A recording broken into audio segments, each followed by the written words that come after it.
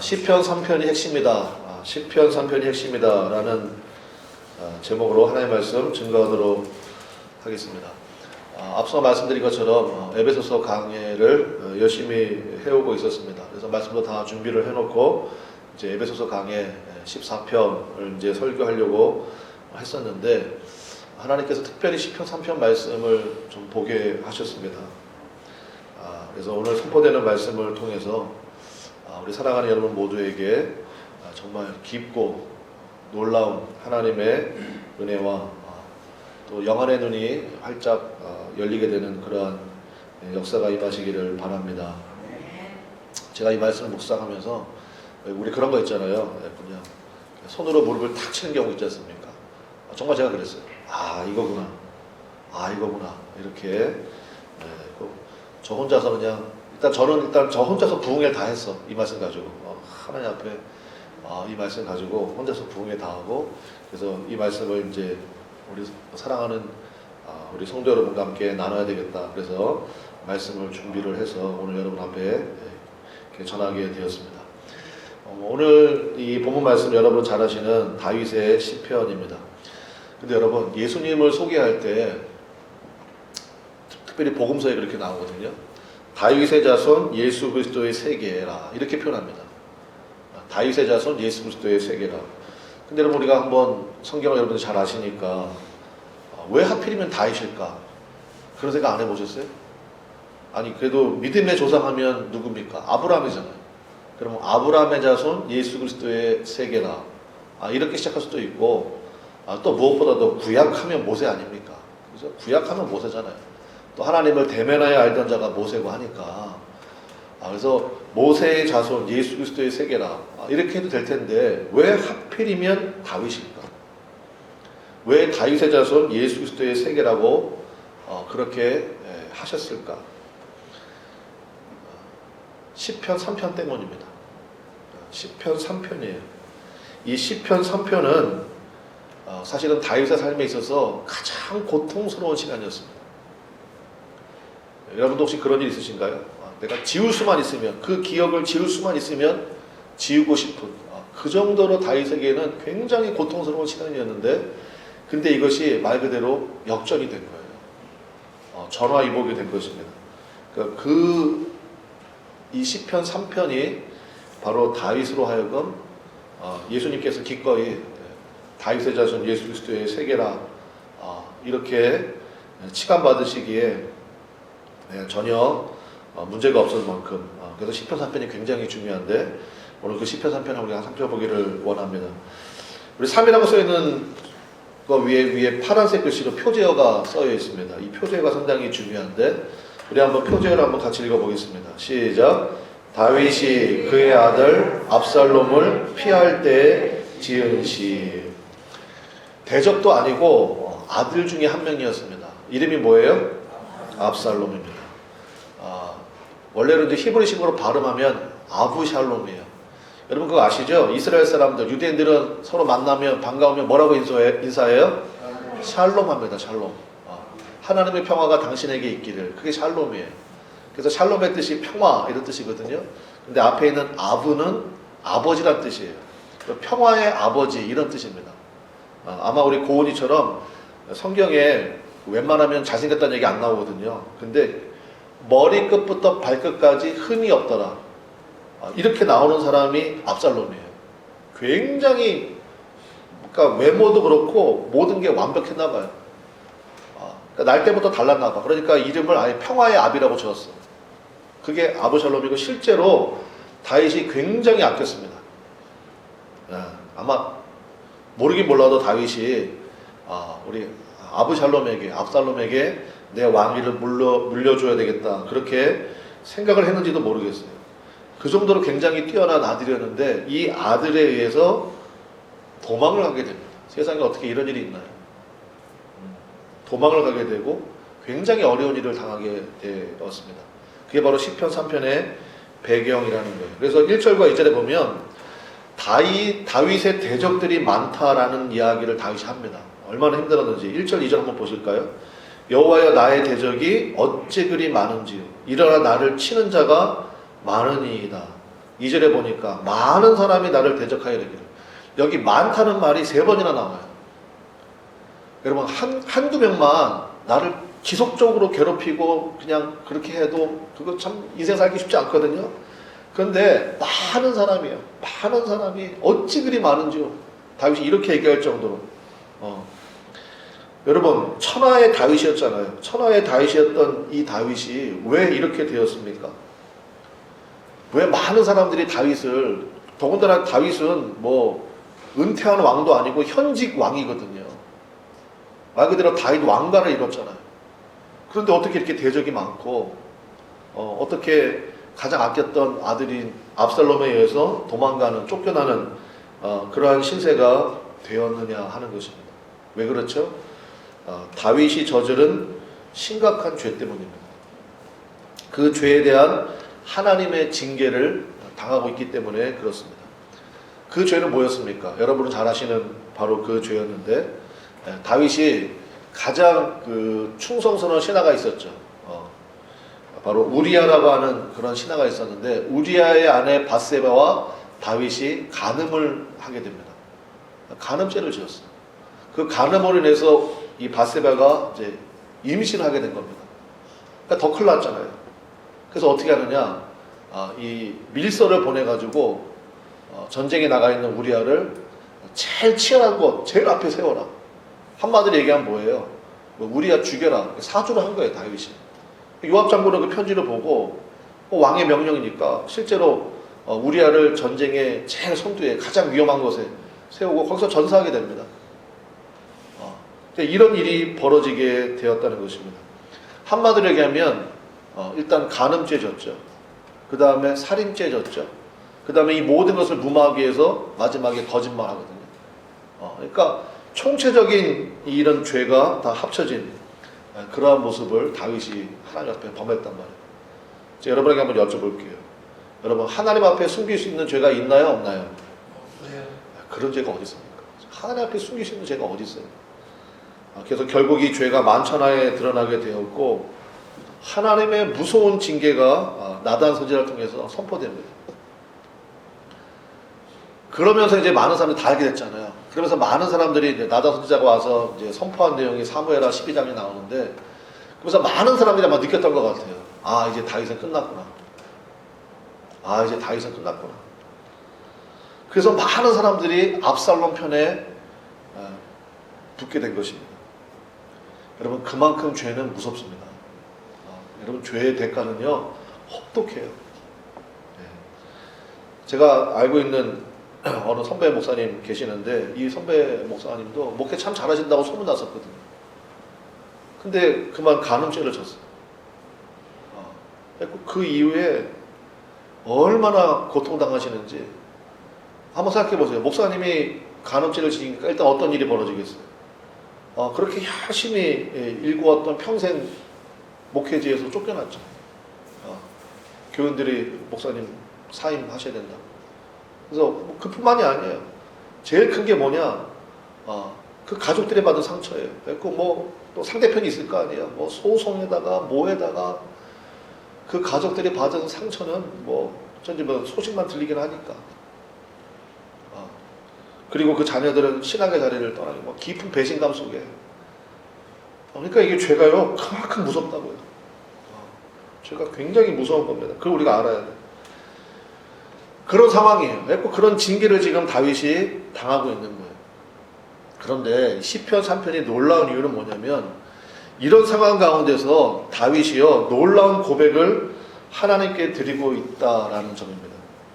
그래서 3절 한번 보실까요? 3절에 보면, 3절에 한번 같이 읽어보겠습니다. 시작.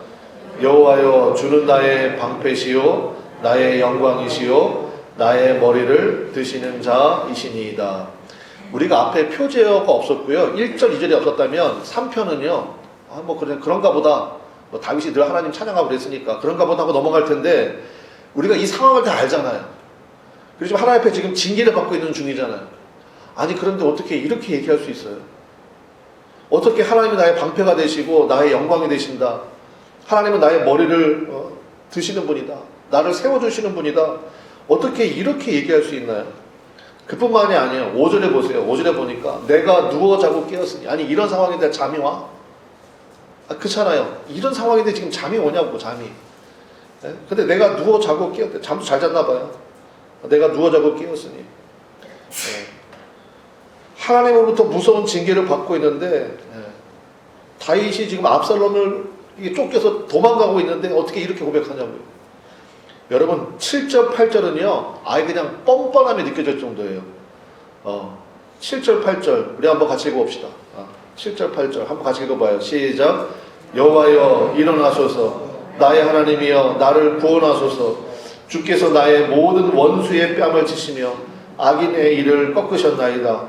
구원은 여호와께 있사오니 주의 복을 주의 백성에게 내리소서. 아니 여러분 이거 좀 이해가 됩니까? 아니 지금 다윗이 알고 있잖아요. 그리고 나단 선지자가 얘기했잖아요. 하나님의 무서운 징계가 임할 거라고. 그런데 어떻게 이렇게 얘기할 수 있죠? 하나님이 나의 모든 대적을 원수의 뺨을 치시고 모든 악인들 나를 대적하는 악인들의 일을 꺾으신대요. 그리고 주의 복을 주의 백성. 아니 지가 잘하고 나서 예를 들어서 내가 뭐 의로운 고난을 당했다든지 이러면 이해가 되지. 근데 간음죄에다가 그 간음죄를 덮기 위해서 살인 교사하고 그 모든 걸 다 덮으려고 거짓말까지 하고 그렇게 하나님 편 완전히 영적으로 무감각해져가지고 그러고 나서도 아무렇지도 않은 짓 있다가 나단 선지자가 하나님 진짜 나단 선지자는요 목숨 걸고 얘기한 거예요. 그거 진짜 하나님 그 다윗 앞에 가가지고 그 당시에 다윗의 권세는요 진짜 하늘에 나는 새도 떨어뜨릴 만한 권세였는데 다윗이 거기서 내 이놈 이게 어느 안전이라고 저 죽여버려. 그럼 그 나단 선지자 죽는 거거든요. 근데 나단 선지자가 하나님 앞에 진짜 말씀 받고 목숨 걸고 얘기했을 때 다윗이 그건 잘했지. 내가 바로 그 놈이라고. 거기서 자기 죄를 인정을 했어. 그러면 이 징계를 당하고 있잖아. 그러면 하나님 저는 죽어도 쌉니다. 하나님 저는 진짜 할 말이 없습니다. 이래야 될 거 아니야. 그런데 3절부터 6절에 보면 8절까지 보면요. 이게 진짜 이게 조금 뭐라 그럴까요? 불쾌하다라는 느낌이 들 정도로 여러분 가끔 그런 경우 있잖아요. 예를 들어서 흉악범이야. 그래서 감옥에 들어갔어. 근데 감옥에서 오랫동안 형 살다가 거기 감옥 안에 교회가 있거든. 거기서 어떻게 예수님 믿었나 봐. 그래가지고 거기서 뭐 예수님 믿었다 그러면서 목사가 됐다 그러면서 나와가지고 출소하자마자 뭐 목회한다 그러고 그런 경우 보면 여러분 그거 좀 수긍이 가요? 옛날에 그 고문 치사하던 그 이근환이라는 사람도 뭐 나오자마자 뭐 목회한다고 막 그래가지고 굉장히 그거 말이 많았잖아요. 그러니까 비슷한 거라고요. 그런 불쾌감이 좀 느껴질 정도로 지금 다윗이 지금 이런 얘기 할 땐가 이런 생각이 좀 들지 않습니까? 근데 보세요. 예수님의 그 사랑과 용서에 관한 말씀을 들을 때도 우리가 비슷한 그러한 마음을 좀 가질 수가 있습니다. 예를 들어서 여러분 그 잃어버린 한 마리 양의 비유 있잖아요. 목자가 100마리의 양을 키우나 봐요. 근데 목자는 항상 그 양을 세거든. 근데 세보니까 몇 마리밖에 없어요? 99마리. 한 마리가 없는 거예요. 근데 이 목자가 어떻게 했느냐? 99마리를 들에 두고 잃어버린 한 마리를 찾아간다는 거예요. 근데 한번 생각해 봅시다. 이 한 마리는 말을 잘 듣는 애겠어요? 말을 안 듣는 애겠어요? 말을 안 듣는 애겠지. 그죠? 정신 똑바로 안 차리고 한눈 팔다가 잊어버린 거 아니에요. 99마리는 잘 갔는데. 근데 그 한 마리를 목자가 찾아냈는데, 그러면은 목자의 말을 잘 듣고 쫓아온 99마리는 도대체 뭐가 되는 거예요? 그렇지 않아요, 여러분? 성경 읽을 때 좀 그런 거 생각 안 하세요? 그냥 여러분 다 아멘인가 봐요. 근데 저는, 이거 좀 이상하다. 그러면 말 잘 듣고 온 99마리는 뭐야? 아니, 목자가 그 잃어버린 한 마리를 찾아 나간다고 그 말 들으기도 안 듣는 놈이었을 텐데, 그 보나마나. 근데 여러분, 여기에요. 신앙에 놀라운 비밀이 있는 거예요. 오늘 말씀을 통해서 우리 그 두 가지를 우리가 한번 살펴보기를 원합니다. 그래서 여러분 이 두 가지를 여러분이 딱 붙드시게 되면 다윗처럼 정말 하나님의 놀라운 삶의 역전이 하나님의 부으시는 은혜와 축복이 임하게 될 줄로 믿습니다. 두 가지인데요. 첫 번째는 뭐냐면 우리 한번 따라하겠습니다. 철저히 회개하라. 철저히 회개하는 모습이 반드시 있어야 된다는 것입니다. 우선 기억할 것이 뭐냐면요. 하나님께서는요. 죄를 굉장히 엄중히 다루신다라는 점을 기억해야 됩니다. 그 증거가 뭐냐? 여러분 구약 성경 보시면 수많은 제사들이 나오잖아요. 그죠? 수많은 제사들이 나오는데 그 성막이라고 그러잖아요. 그러면 하나님이 그 만드신 제도가 있어. 그 대표적인 게 5개 제사가 있잖아요. 번제, 소제, 화목제, 속건제, 속죄제 5개 있거든요. 이 중에 소제는 곡식가루로 드리는 거니까 그건 빼고 나머지 4개 제사는요 동물 제사예요. 동물 제사예요. 말 그대로 동물에 죽여가지고 동물의 피를 흘리고. 근데 여러분 그런 얘기 들어보셨죠? 동물 그 짐승들이지만 안 돼요. 도살장으로 끌려가는 건지 아니면 지금 이 사람이 나를 정말 목초제 가가지고 풀을 먹이려고 하는 건지 짐승들이 그걸 안 되네요. 그걸 안 돼요. 근데 알 것 같아요. 제가 봐도 알 것 같아. 그거 막 진짜 여러분 그 성막 그러면요 그거 뭐 음해의 장소 영적으로 바라보면 그렇지만 실제로 들어가 보면요 그거 완전 바닥에는 뭐가 흥건하겠어요? 피가 흥건한 거예요. 그 끌고 온 제물은 누가 잡아요? 끌고 온 사람이 잡는 거예요. 끌고 온 사람이. 제사장이 그거 잡으면 그 제사가 얼마나 많은데 제사장 어깨 다 나가요. 제사장이 하는 게 아니고 하나님 앞에 뭐 속죄제나 속건제나 하나님 앞에 죄를 내가 하나님 앞에 용서함 받기 위해서 온 사람들 그 사람이 잡는 거예요. 그 사람이. 그래서 여러분 지금도요 그 이스라엘의 세겜이라는 지역이 있어요. 그 사람들은 지금도 유월절을 지켜요. 지금도. 그래서 6월절 지킬 때 전 세계에 있는 방송 미디어들이 다 거기 몰려들어요. 세겜에. 그럼 세겜에 그 제사장이 나와가지고요 옛날 식대로 진짜 제사를 드려요. 6월절 제사를. 그래가지고 그 영상 한번 보세요. 유튜브에도 나오니까. 그래갖고 그 양을요 그 자기 다리 사이에 딱 껴. 그래서 제사장이 마지막 기도하면 그 양을 이제 말 그대로 도살하는 거예요.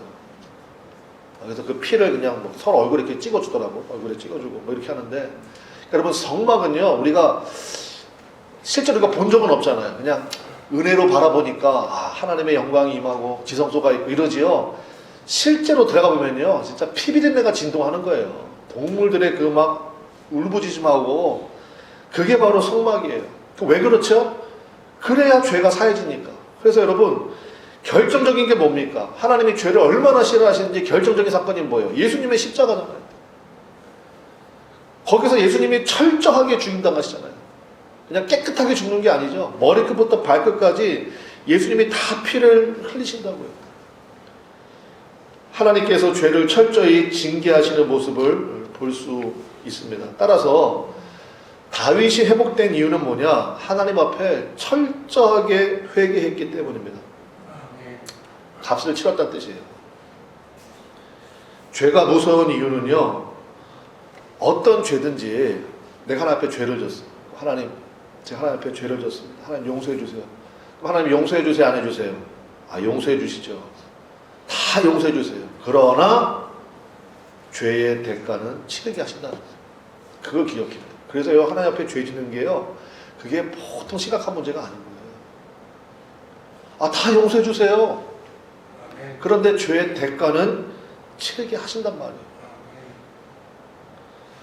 그 다윗이 죄를 짓고 나서 그 죄의 대가를 치르는 이 과정이 시편 3편이라고 했잖아요. 어떻게 그 다윗이 죄의 대가를 치르냐면 이게 사무엘하 15장이 그러니까 시편 3편과 연결해서 읽어야 될 게 사무엘하 15장 이하예요. 거기 보면 다윗이 이제 압살롬에게 의해서 쫓겨나는데 다윗이요 힘이 없어 그냥 쫓겨나는 게 아니에요. 하나님 앞에 철저히 회개하는 그런 다윗의 모습들이 이제 상세하게 기록이 되어 있는데 여러분 우리 옛말에 그런 얘기 들어보셨죠? 썩어도 준치다. 들어보셨어요? 여러분 다윗이요 다윗이에요. 천하의 다윗이에요. 골리앗을 소년 시절부터 상대했던 그 다윗이에요. 그리고 현재 왕이잖아요. 왕.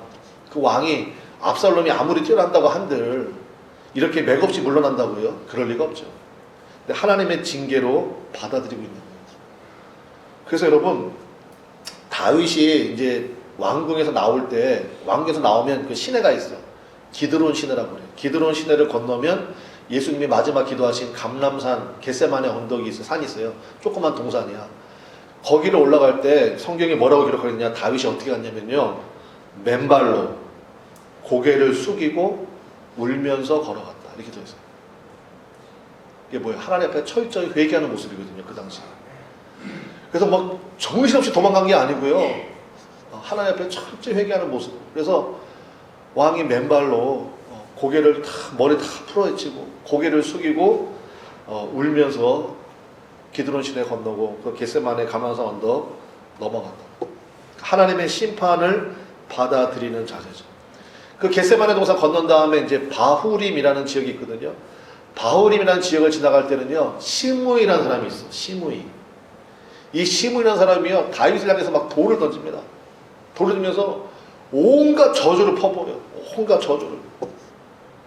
그때 다윗이 혼자 나온 게 아니잖아요. 다윗에는 아직도 다윗의 측근들이 지키고 있어요. 다윗의 정예 부대가 있다고. 그 중에 한 신하가 다윗이요, 왕이시요, 저 죽은 개 같은 게 짓거리는데 저한테 신호만 주십시오. 제가 가서 죽여버리겠습니다. 그때 다윗이 뭐라고 그럽니까? 아니다. 하나님께서 지금 저 사람을 통해서 내가 마땅히 들어야 될 저주를 지금 하시는 것일 수도 있지 않냐. 내비둬라. 다만 하나님이 나를 불쌍히 여겨주시기를 내가 바랄 뿐이다. 그래서 그 저주를 다 들어요. 다 듣고 간다. 결정적으로 다윗이 나올 때 여러분 이스라엘에서 가장 중요한 게 뭐예요? 여호와의 법궤거든요. 여호와의 법궤. 그 당시에 대제사장이 사독이에요. 사독과 아비아달이요, 여호와의 법궤를 메고 나옵니다. 대제사장이 메고 나와. 그래서 다윗과 같이 가겠다고. 왜냐면 이거는 굉장히 중요한 게 나중에 압살롬이 다윗의 왕궁을 차지해도 여호와의 법궤가 없어졌어? 정통성이 없는 거예요. 정통성의 문제가 굉장히 중요하거든요. 이스라엘에게는. 명분이야, 명분. 그래서 사독과 아비아달이 다윗을 쫓아나옵니다. 여호와의 법궤를 메고. 근데 다윗이요, 다시 돌려보내요. 아니라 여호와의 법궤가 있어야 될 장소는 여기가 아니고 그곳이라고 했고, 그거 똑같이 얘기해요. 혹시라도 하나님이 나를 불쌍히 여기시면 나로 다시 돌아오게 하셔서 하나님을 뵙게 하시기를 원한다고. 이렇게 이런 모습을 보이면서 다윗이 그 길을 가게 되는 것입니다. 느끼는 감정이 뭐예요? 아, 다윗이 하나님 앞에 지금 철저히 회개하고 있구나. 하나님, 나의 죄로 인하여 나와 함께하는 사람들이 다 고통당하고 있습니다. 주님, 저를 불쌍히 여겨 주옵소서. 그래서 여러분, 하나님 앞에 철저히 회개하는 것, 이게 가장 중요해요. 예수님도 말씀하셨죠. 예배 드리는 게 얼마나 중요합니까? 근데 예수님이요, 딱 한 가지 조건을 거셨어. 예배에 있어서. 뭐냐?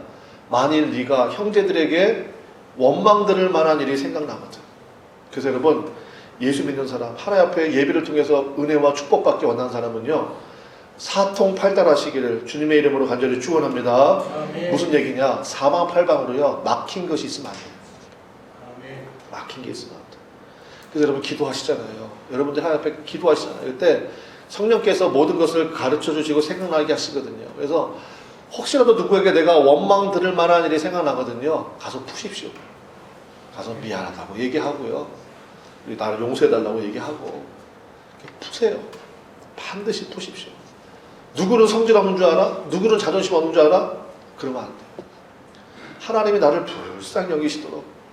그래서 누구든지에게든지 원망 들을 만한 일이 생각나거든. 재물을 제단 앞에 두고 먼저 그 사람하고 화해하고 그리고 와서 하나님 앞에 예배 드려라. 재물을 드려라. 그게 무슨 얘기예요? 그래야 하나님이 그 예배와 그 재물을 받으신다. 그 얘기 아니에요? 그래서 여러분, 예수 믿는 사람은요, 하나님 앞에 이렇게 철저히 회개하는 모습이 있어야 돼요. 그래서 여러분 축복합니다. 여러분 사방팔방으로 막힌 것이 없으시기를 주님의 이름으로 축복합니다. 그래서 여러분 다 풀어내십시오. 다 풀어내세요. 아, 내가 미안했다고. 그렇게 하면 돼요. 그래서 나 용서해줘요. 아유, 뭐 그런 얘기 하시냐고. 아, 그럼 풀어진 거예요. 그래서 이게 굉장히 중요한 거예요. 두 번째, 축복에 대한 확실한 믿음을 가지라는 것입니다. 우리 한번 따라합시다. 축복에 대한 확실한 믿음을 가지라.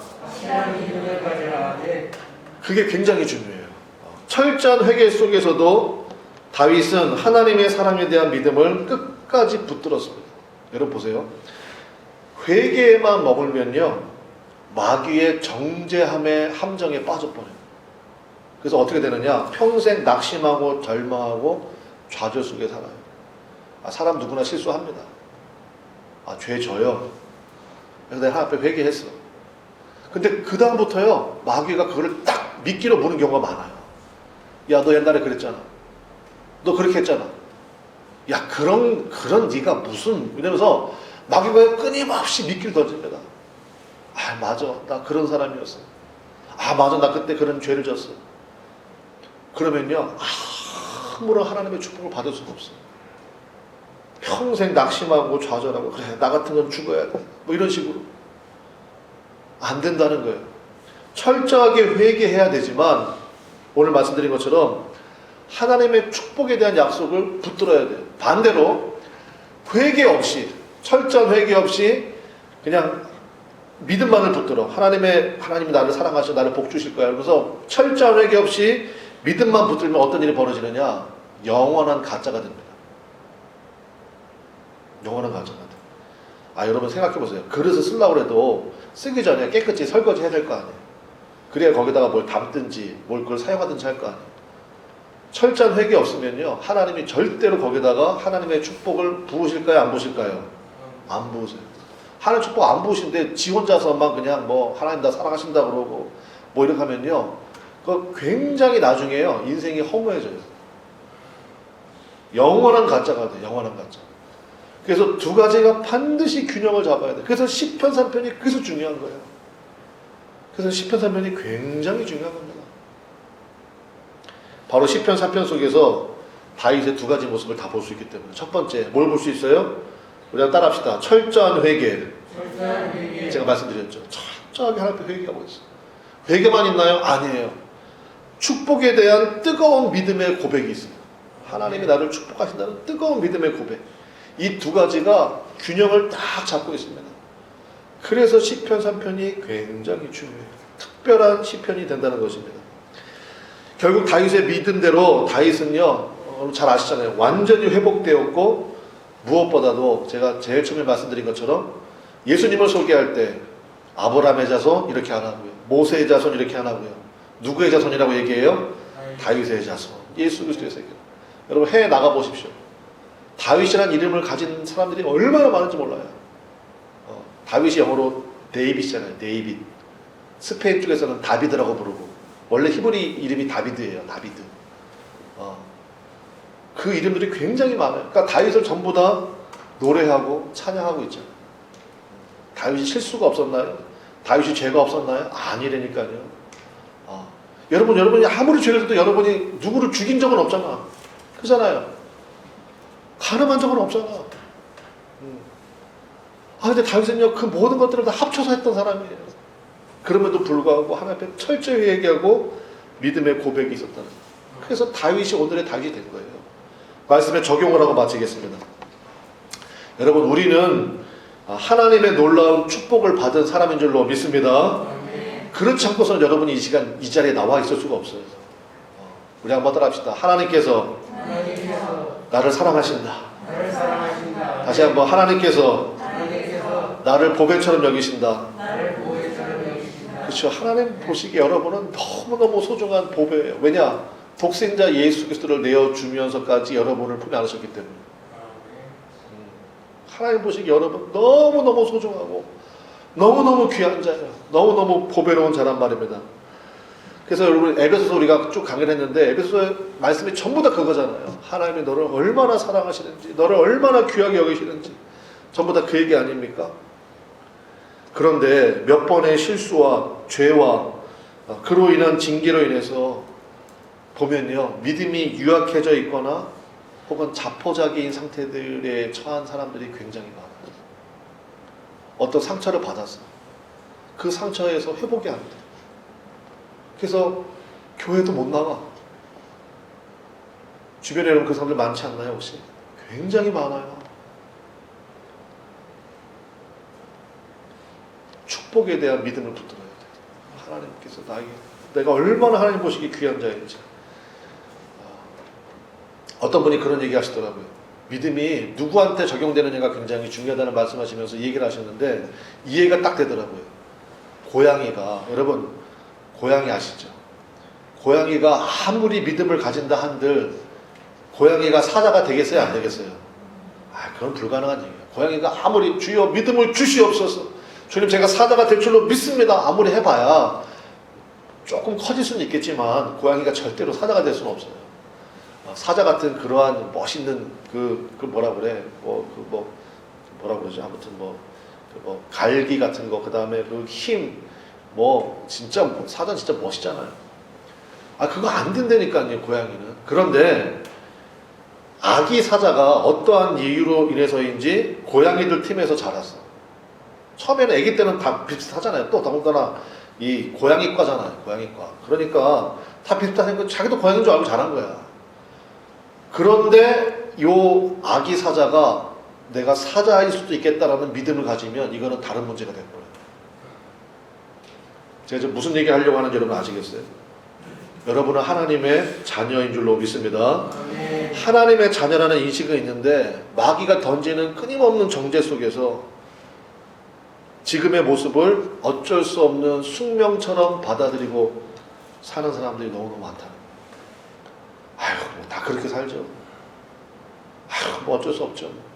그냥 이러고 살아가는 거예요. 그냥 고양이들 팀에 껴가지고 하나님의 자녀인데 지금 그 사람에게 얼마나 많은 중보기도가 쌓여있고 그런 거 있잖아요. 정말 부모님 때부터 또 그 때부터 그냥 또 나를 위해서 기도해준 사람이 얼마나 많고 그런데 그 은혜를 하나도 누리지 못하는 거예요. 왜냐? 마귀의 정죄 속에서 얘기가 자기가 옛날에 잘못했든지 무슨 상처를 받았다든지 그러면서 다윗 예를 들어서 다윗 얘기 있으니까 다윗이 그냥 그래 나 같은 건 죽어야 돼. 진짜 내가 정신이 나갔지. 내가 어쩌자고 그냥 내 충성스러운 신하의 그 우리아의 아내를 그냥 그렇게 범하고 또 그것도 모자라가지고 그 신하를 그냥 죽이게 만들고 나 같은 거 진짜 어디 가서 얼굴 들고 다니면 안 돼. 평생 그러고 살면요 하나님이 기뻐하시는 모습이 아니라는 거. 예를 들어서 여러분 아버지가 여러분 요즘에 이제 길 가다 보면은 참 허무맹랑한 애들이 좀 많이 있더라고. 허무맹랑한 애들 좀 있어. 그러면 제가요 그냥 길 가다가 저 왜 저럴까 이러고 그냥 지나간다고요. 그렇잖아요. 남의 집 자식인데 제가 불러다 뭐라고 하겠어. 근데 만약에 내 자식이다 그러면 그냥 지나가겠습니까? 징계를 하겠죠. 너 왜 이 모양이냐? 너 왜 이렇게 행동하냐? 그리고 징계를 할 거란 말이에요. 그럼 자기도 인정하는 바야. 그래 내가 잘못했지. 나 마저도 싸지. 아버지한테 징계를 받았네. 근데 그 징계받은 자식이 평생 징계의 마음으로 살아 그냥. 그래 나는 진짜 아버지 말씀처럼 나는 자격이 없어. 그러면서 그냥 평생 낙심하고 방구석에 처박혀가지고 나오지도 않고 이러고 산다고 생각해보세요. 그러면 진짜 그 아버지 가슴에 대못 박는 거지. 그 어떻게 해야 돼요?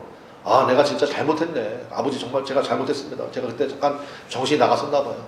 다시는 안 그럴게요. 그리고 나서 그냥 힘차게 밥도 잘 먹고 그리고 정신 똑바로 차리고 내가 그냥 아버지 꼭 성공해가지고 아버지한테 효도하고 막 이런 마음으로 그냥 당당하게 그거 원하는 거 아니에요? 하나님도 마찬가지예요. 하나님도 마찬가지. 근데 여기서 사람들이 균형을 못 잡는 거예요. 균형을. 어떤 사람은 회개도 없이 그냥 무조건 하나님 나 사랑한다 그러고 그러니까 맨날 지었던데 또 반복하고 그러고 하나님도 지쳐요. 오죽하면 잠언서에 전도서에 개가 그 토했던 음식을 다시 주워 먹는 것처럼 너희가 몇 번이고 그렇게 하겠느냐. 하나님의 탄식 아니에요. 왜 그래요? 철저한 회개가 없어서 그러는 거예요. 철저하게 회개하면요 다윗이 얘기했잖아요. 그런 일을 한번 경험하고 나면요 죄 근처도 안 가요. 그러니까 철저한 회개가 있어요. 거기에 아울러서 뭐가 있어야 돼요? 하나님이 반드시 나에게 복 주신다. 그 확실한 믿음의 고백이 있어야 된다는 것입니다. 여러분 베드로 예수님을 3번이나 부인했던 사람입니다. 마지막 부인할 때는요 그냥 나 저분 모르는데요 이렇게 끝나지 않았어. 저주하고 맹세했어요. 지금 내 눈앞에서 예수님 불과 몇 시간 전에 내가 당신과 죽으면 죽었지 당신을 떠나지 않겠다고 했던 그 베드로가 자기 눈앞에서 자기 선생님이 저렇게 매를 맞고 모욕을 당하고 있는데 그분을 저주하고 맹세했다고요. 누가복음 보세요. 그러고 나서 예수님하고 베드로가 눈이 딱 마주쳤어요. 그랬던 베드로요. 바울이요? 여러분 잘 아시잖아요. 예수 믿는 사람 수많은 사람 목에 가뒀던 사람이에요. 결정적으로 스데반 집사님이 죽일 때 제일 앞장섰던 사람이 누구예요? 그게 바울이에요. 그런데 여러분, 베드로가 베드로로 끝났나요? 바울이 바울로 끝났나요? 아니에요. 여러분 아신 것처럼 귀하고 놀랍게 쓰임 받았습니다. 왜 그렇죠? 축복에 대한 확실한 믿음을 붙들었기 때문이에요. 그래서 바울이 얘기하잖아요. 의인에게는 결코 정죄함이 없나니. 결코 정죄함이 없나니. 그래서 여러분, 바울이 가는 곳마다 대적자들이 많았어요, 진짜로. 또 옛날에 예수 믿는 사람들 많이 가뒀잖아. 너 때문에 스데반 집사님 죽었잖아. 그런 얘기 왜 안 들었겠어요?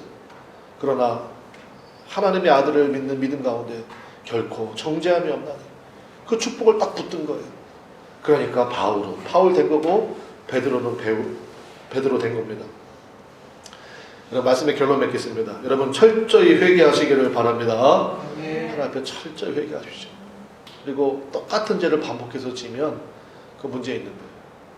하나님, 내가 다 끊어버리기 원합니다. 그래서 원망 들을 만한 일이 있거든 오늘 다 해결하십시오. 그래야 하나님의 축복이 임해. 두 번째는 하나님의 축복을 바라는 확실한 믿음의 고백을 하십시오. 그래서 여러분 시편 3편 우리 3절부터 8절까지 여러분 아예 그냥 암송을 해버리세요. 이렇게 다윗처럼 믿음의 고백을 날마다 선포하시기를 주님의 이름으로 간절히 축원합니다. 그럼 징계의 상처를 주님께서 싸매어 주실 뿐만 아니라 진짜 말 그대로 하나님께서 다윗을 세우시고 복의 복을 넘치게 하신 것처럼 엄청난 일들을 여러분들을 통해서 우리 주님께서 이루시고 영광 받으실 줄로 믿습니다. 우리 교회가 그런 교회 될 줄로 믿습니다. 그래서 하나님 앞에 그런 믿음이 굉장히 중요하다. 그래서 우리 8절 읽고 마칠게요. 8절. 오늘 8절 말씀 우리 힘차게 우리 귀한 믿음 가지고 우리 8절 말씀 주님께서 이렇게 반드시 하실 줄로 믿고 우리 8절 우리 한번 같이 읽겠습니다. 시작. 구원은 여호와께 있사오니 주의 복을 주의 백성에게 내리소서. 아멘. 이 말씀 그대로 하나님의 놀라운 축복이 오늘 주의 백성 된 여러분들의 삶 속에 아주 충만히 흐르고 누르고 넘치도록 임하게 될 줄로 믿습니다. 하나님께서 오늘 이 말씀 통해서 우리 가운데 그렇게 하시겠다는 것 같아요. 우리 그 은혜를 우리가 붙들고 나갑시다. 우리 찬양단 나오십시오. 우리 찬양합시다. 십자가 그 사람.